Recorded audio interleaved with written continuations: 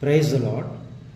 ప్రభు అయిన యేసుక్రీస్తు గారు శిలువ మీద ఎందుకు మరణించారు, దానికి గల కారణాలు ఏంటి అనేది దేవుని వాక్యం ద్వారా తెలుసుకుందాం. మనం దయచేసి పరిశుద్ధ గ్రంథం అపోస్తులైన పౌలు కొలస్సీయులకు రాసిన పత్రిక 1వ అధ్యాయము 19-20 వచనాల్లో చూద్దాము.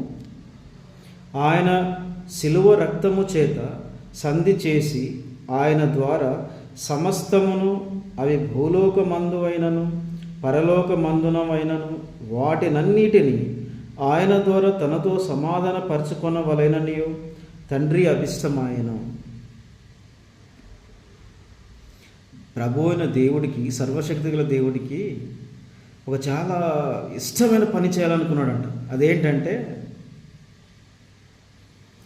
ఎవరైతే ఈ భూలోకంలో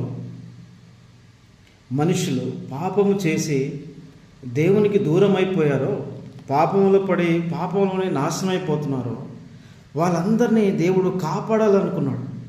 అలానే తనతో పాటు తన పరలోకంలో తనతో పాటు ఉండి కూడా దేవునికి వ్యతిరేకంగా ఉన్న దేవదూతలు కూడాను, అలా పాపం చేసిన దేవదూతలను కూడా దేవుడు తిరిగి తన పరలోక రాజ్యానికి తన దగ్గరికి చేర్చుకోవాలనుకునే మంచి ఆలోచన, మంచి ఇష్టం కలిగిందంటే ఈ పని చేయడం దేవుడికి.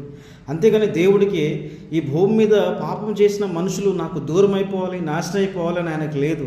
తన పరలోక రాజ్యంలో కూడా తనతో పాటు ఉన్న దేవదూతలు ఎవరైతే తప్పు చేశారో, ఎవరైతే తన దగ్గర నుంచి దూరంగా వెళ్ళిపోయారో, వాళ్ళందరినీ దగ్గరగా తీసుకొని వాళ్ళందరినీ తనతో పాటు సహవాసం చేసి తనతో పాటు శాశ్వతంగా జీవించే విధంగా వీళ్ళని చేయాలి, వీళ్ళకి ఒక మంచి వరం ఇవ్వాలి, నేను మంచి పని చేయాలి అని దేవుడికి మంచి ఆలోచన వచ్చిందంట.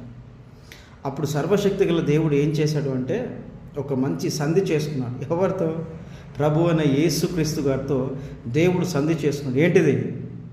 వీళ్ళందరినీ, ఈ భూమి మీద ఉన్న పాపంలో ఉన్న మనుషులందరినీ, పరలోకంలో కూడాను పాపం చేసి దూరమైపోయిన దేవదూతలందరినీ, నీవు భూమి మీదకి వెళ్ళి శరీరంతో జన్మించి శిలువ మీద మరణించాలి.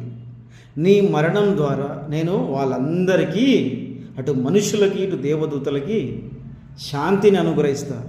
నాతో పాటు శాశ్వతంగా జీవించే వరాన్ని నేను అనుగ్రహిస్తాను అంటే దానికి యేసుక్రీస్తు గారు అంగీకరించి ఈరోజు శిలువ మీద మరణించారు.